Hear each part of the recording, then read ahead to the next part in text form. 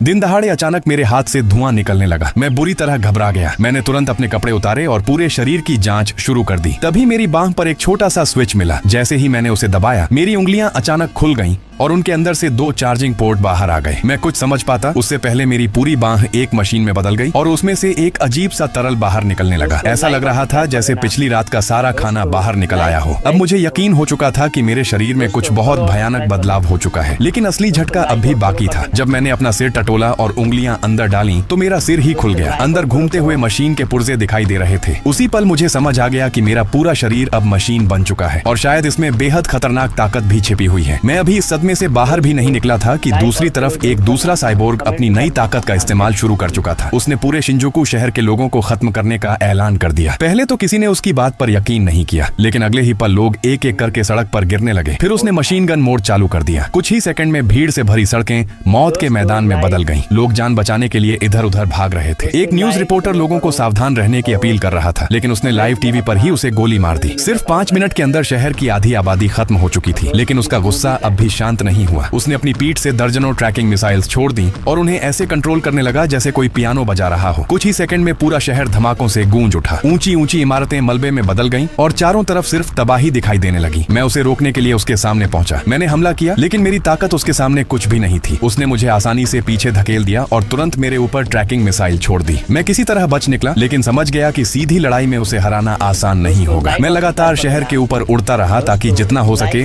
लोगों को बचाने के लिए वक्त मिल सके। तभी मुझे अपनी बेटी का मदद वाला मैसेज मिला। वो एक ऊंची इमारत में फंसी हुई थी। मैं बिना एक पल गंवाए उसकी तरफ दौड़ पड़ा, लेकिन मुझे क्या पता था कि वो मुझसे पहले ही वहां पहुंच चुका है। मैंने उसे रोकने की कोशिश की, लेकिन उसने एक ही मुक्के में मुझे दूर फेंक दिया। लगातार हो रहे हमलों के सामने मैं टिक ही नहीं पा रहा था। फिर भी मैंने कुछ बेगुनाह लोगों की जान बचा ली, लेकिन अब मेरे पास उससे आमने सामने लड़ने के अलावा कोई रास्ता नहीं बचा था। उसे लगा कि अब जीत उसी की होगी, लेकिन तभी मैंने उस पर एक हमला किया। उससे उसे कोई नुकसान तो नहीं हुआ, मगर उसकी बेइज्जती जरूर हो गई। वो पूरी तरह आग बबूला हो गया और तुरंत अपने सबसे खतरनाक मिसाइल सिस्टम को एक्टिव कर दिया। लेकिन मैंने हार नहीं मानी। मैं पूरी ताकत से आसमान की ओर उड़ गया। वो लगातार मेरे पीछे हमला करता रहा, लेकिन मैं रुका नहीं। देखते ही देखते हमारी लड़ाई धरती से निकलकर सीधे अंतरिक्ष तक पहुंच गई। वह मेरी गर्दन पकड़कर आखिरी वार करने ही वाला था कि अचानक उसकी ताकत जवाब दे गई। तब मुझे पता चला कि उसने गलती से मिनरल वाली सोडा ड्रिंक पी ली थी।